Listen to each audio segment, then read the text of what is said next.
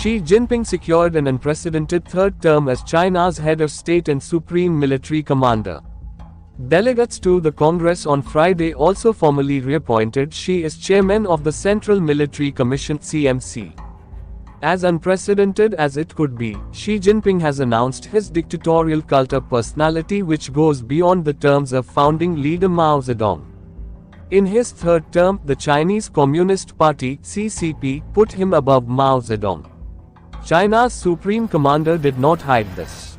In a carefully choreographed ceremony in Beijing, he held up his right fist and placed his left hand on a red leather copy of China's constitution. Finally, Xi is set to become China's longest-serving head of state since the communist victory in 1949. The party issued the unanimous verdict of 2,900 lawmakers assembled in Beijing. Xi already showed his total control of the ruling party during the Chinese Communist Party's 20th National Congress in October. In the National Congress, he announced his highest circle of leadership with loyalists, including He Zheng as vice president. Delegates on Friday approved a proposal to restructure the State Council, the Chinese government's top executive body. Earlier, a draft of the plan was released, elaborating that the ruling Communist Party of China will significantly increase its direct control of the government over the institutions public and private. The National People's Congress (NPC) is also set to appoint Li Qiang as the new premier, putting him in charge of managing the world's second-largest economy. Li Qiang has already spoken about the sweeping reforms restructuring of the key institutions. In his words, the restructuring is planned to fight the policy of containment and suppression against foreign powers. A restructuring of China's Science and Technology Ministry is already announced, which focuses on the critical technologies military and commercial for the world's second-largest economy. It simply counters the recent US sanctions on such critical technologies from semiconductors to sensors. While Xi Jinping's primary focus remains on the West, his unprecedented third term will create massive ripples in the Indian subcontinent, remarks a senior security advisor based in India who wished to remain anonymous. It is already unfolding, said a former military leader of India. Right before his coronation, Xi Jinping made scathing remarks, pointing directly to the Biden administration's policy and accused Washington of instigating against China.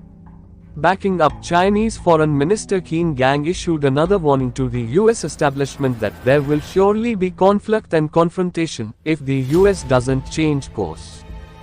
The conflict is brewing across the continents over the issues of Taiwan, Beijing's backing of Russia and the arms race, flowing from Ukraine to the nuclear conflicts.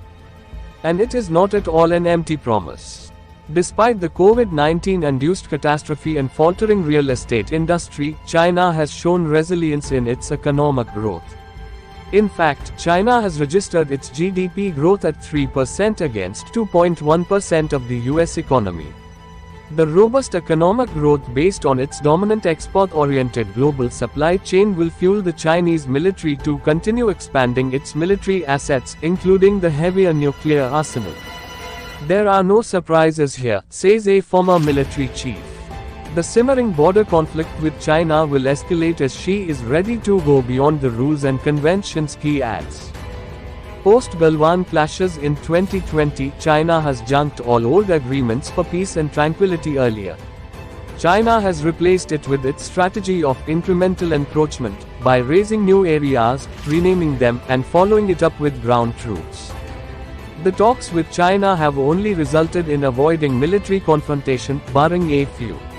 India's External Affairs Minister S. Jaishankar had clearly said that unless there is peace and tranquility in the border areas, unless there is an observance of agreements and no unilateral attempt to change status quo, the situation cannot be, and is not, normal.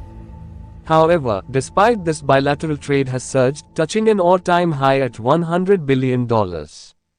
In fact, recent data showed that India-China trade for 2022 reached $135.98 billion. The trade is in China's favor as its exports to India have touched $118.5 billion while China's imports from India is reduced to $17.48 billion. The vast disparities further complicate India's position. Thanks for watching. Like, share, and subscribe.